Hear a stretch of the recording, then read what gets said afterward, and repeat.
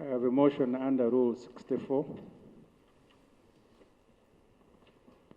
The motion I have is that, Mr. Speaker, we adjourn consideration of this matter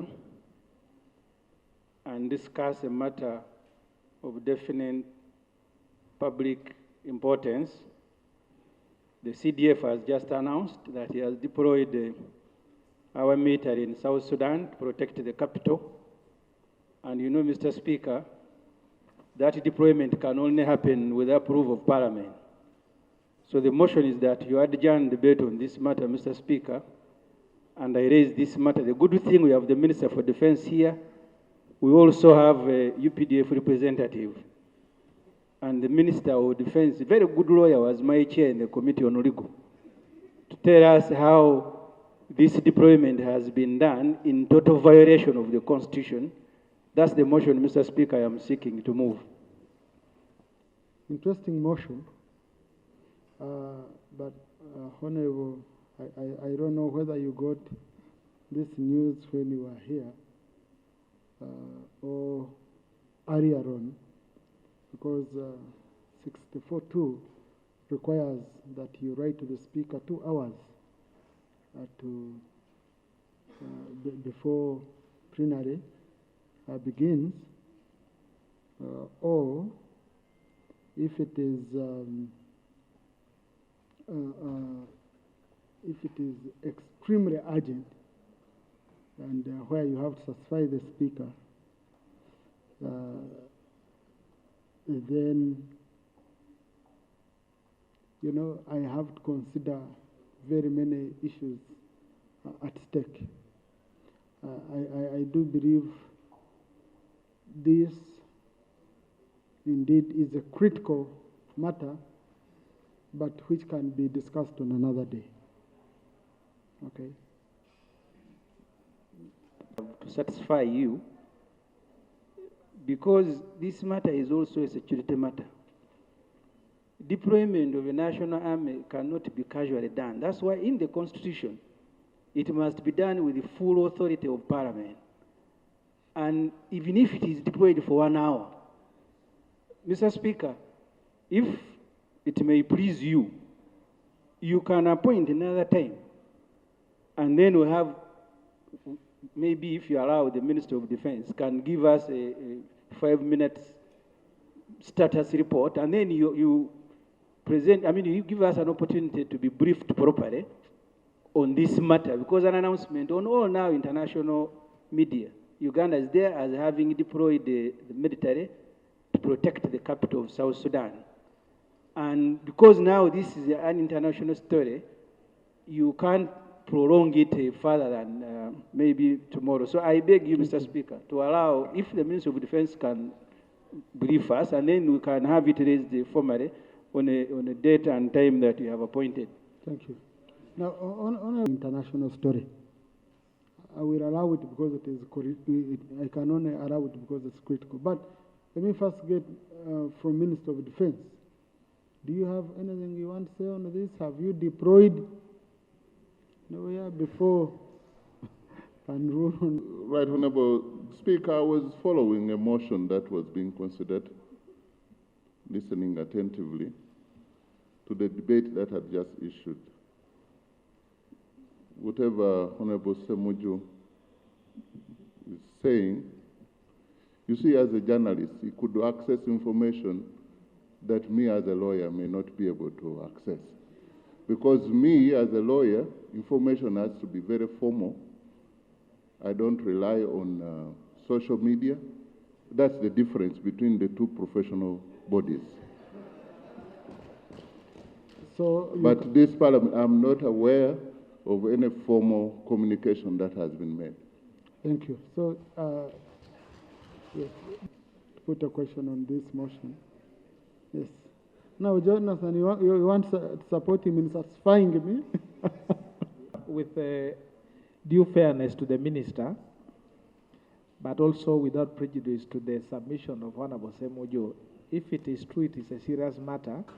And like I mentioned, let the government show us that they're actually working. This would not be something difficult for the minister to verify if there is a government running.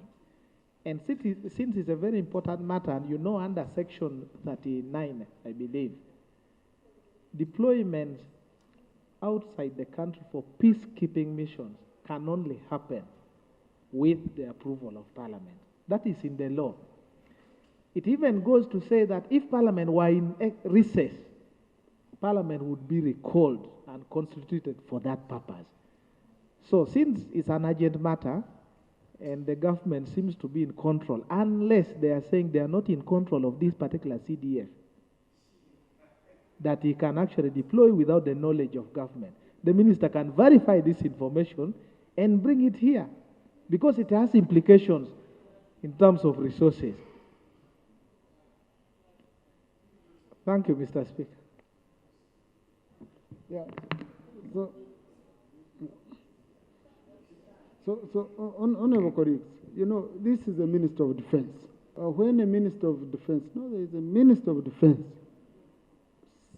deployment of that nature, I'm very sure a Minister of Defense should be involved.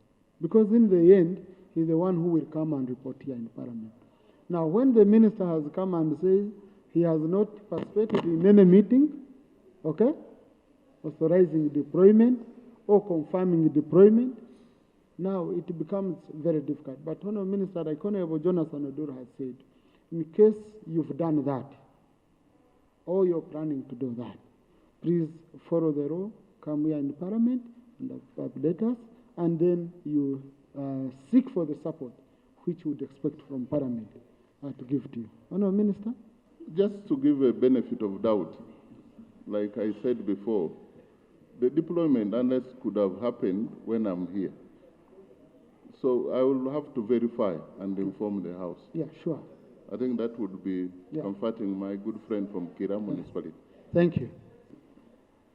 And like the Honorable Jonathan said, sometimes we sympathize with you.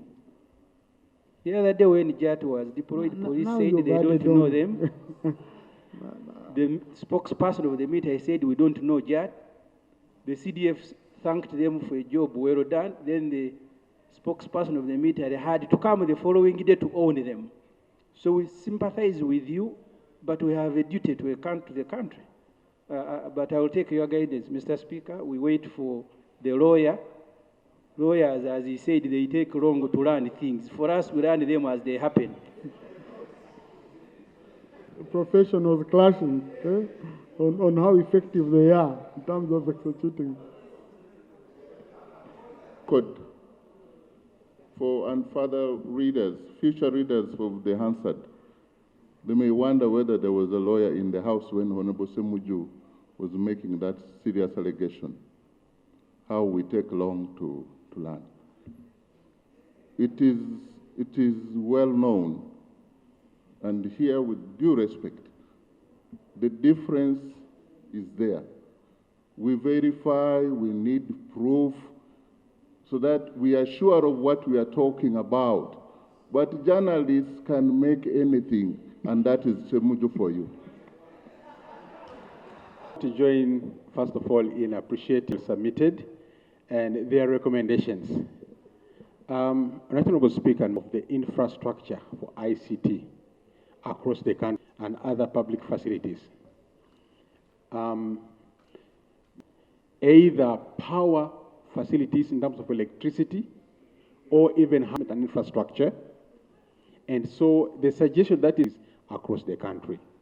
So in my submission, while I agree, if in our addition, we request that their education to roll out across the country appropriate infrastructure for schools, but needs to be put into context of our infrastructure.